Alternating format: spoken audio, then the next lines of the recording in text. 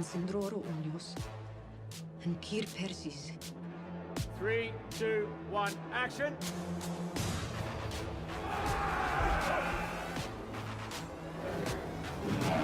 One wide, please. One sound.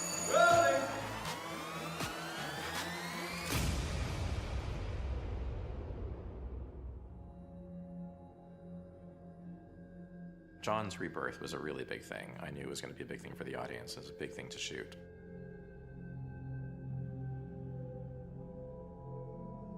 It's not a fait accompli before we start with it. It's Davos going in and persuading or requesting that Melisandre try and do something. There's certainly nothing to lose at this point, and if it doesn't work, then it doesn't work. I think for Melisandre's part, if she could do this thing, it would somehow serve as some small justification for all the horror that she's precipitated. I don't think Melisandre thinks she can do anything. She's completely defeated. She's completely lost it. She's completely confused.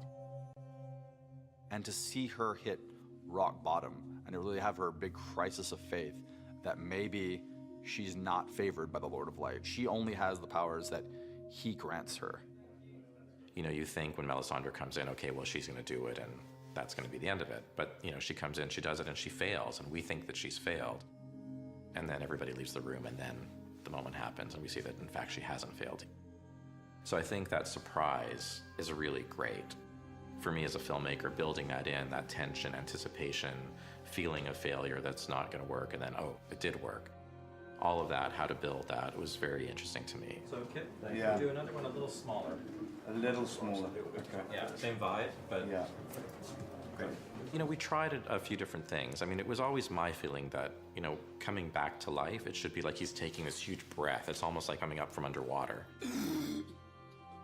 The thing it's most reminiscent of is birth, and the reaction of a infant upon being born is not, you know, smiles and laughter. It's screaming and bawling and what is this place? I was so warm and comfortable and everything was peaceful, and now you've pulled me into the cold, bright world, and now who knows what's going to happen.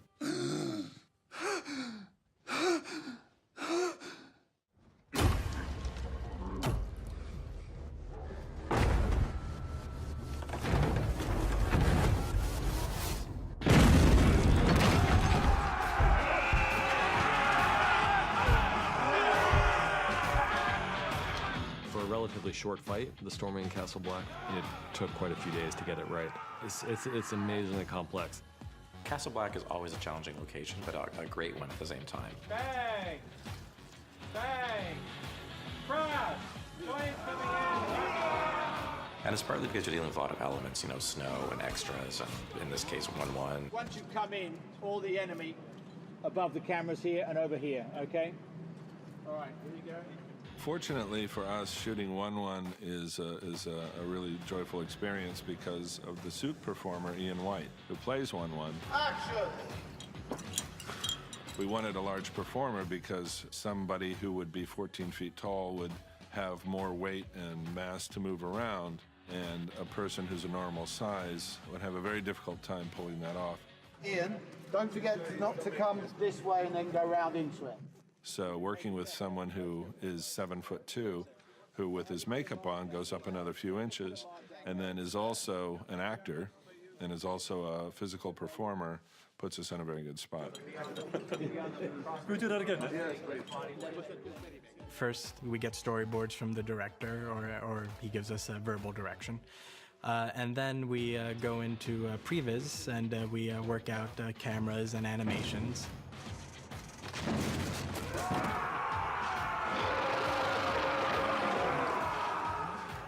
Then we show it to the director, he gives us notes on it. Then we show it to Dan and David, and they give us notes on it. And then we have a good animatic version of that final shot. You know, obviously it looks like a video game, but we know what we're going for and how we want it to look at the end of the day.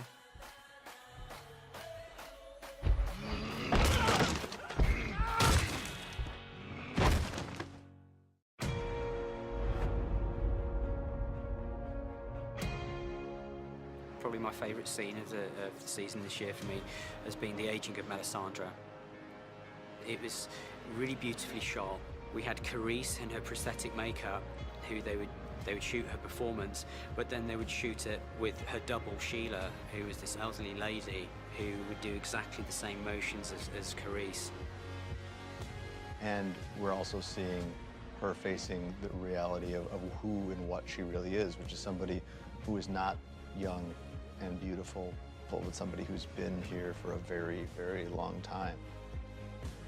Her appearance is a lie, just as the Lord of Light's supposed promises to her and messages to her were lies, or at least not what she thought they were.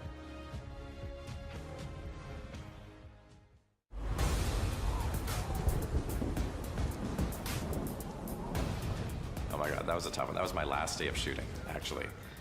And I think for Patrick and Pilou, the two actors, Balon and Euron, it was a tough one. Let me pass. You know, we were shooting outside in November in Belfast at night, all night long, in, you know, lashing rain on this set that's, I don't know, 15 feet off the ground and green screen. I heard you lost your mind during a storm on the Jade Sea. Every time I sent them out there for another take, I was like, oh. I am the storm, brother. Kind of sets its own scene because it's described as a rope bridge between two towers of pike. So you need one tower, another tower, a rope bridge joining. What we had to bring to it was an awful lot. The bridge had to be secured. It had to be safe enough to have actors working on there, to have people being thrown off there, for a camera crew to work in amongst it. It needed rain, it needed wind, it needed lights. There was a lot of equipment that needs to go around this thing.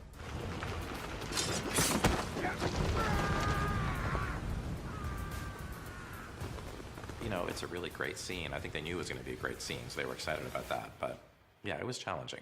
Camera, action.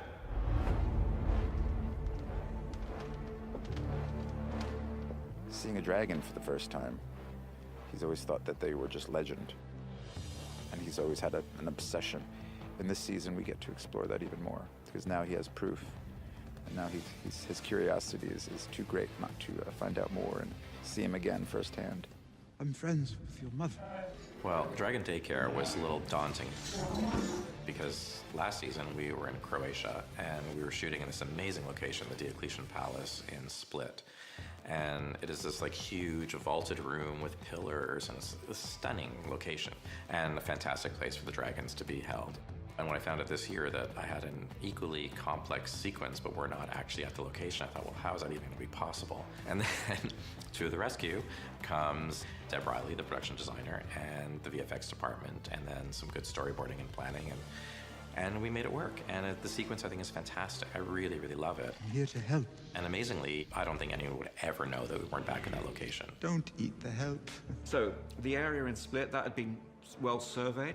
So we had drawings of what was in Split. We had drawings of the stairs that we had to put in. So we had all the elements. We had a space here, and then again, working with visual effects, you know, how much do we build? I think we deemed that 15 foot was a good cutoff for us, and then visual effects were able to carry it on after that. I think it really helps the scene in a way because it forces you into more darkness. It's a mystery exactly what it is you're going to be facing, or the fact that it's really just a couple of pillars and maybe a wall or two, and the rest of it's entirely done with visual effects. It makes it easier to play up the darkness, which in turn, I think, really improves the scene on a tonal level. That one? Yeah. Oh, right. With something like this, there's very little improv when you're shooting. You know, you really, really design it and you plan it. The only thing that really is kind of like unplanned is the performance in a way. And so with Peter, it was really about really kind of talking through what this moment means for him, because, you know, we know that Tyrion's been fascinated by dragons his entire life. So there's a kind of magical quality for him. But that's mixed with a lot of other things. It's awe, it's fear, it's sympathy, it's nostalgia. It's a million things. But Peter is so great, and the scene is so beautiful. I mean, he's a kid in a candy store. It's terrifying.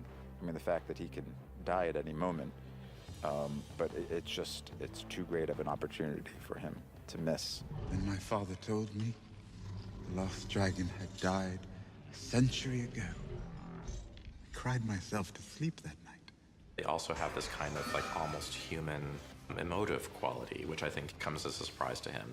And I think he's just amazed by this kind of awareness and knowingness and sensitivity that the dragons actually have. And then there's the added thing too in this particular scene, because the dragons are a little unwell. And so there's a kind of pathos in this whole situation. There's a beautiful, incredible beast, potentially incredibly powerful, but they are now diminished because they've been held in captivity and haven't been treated properly.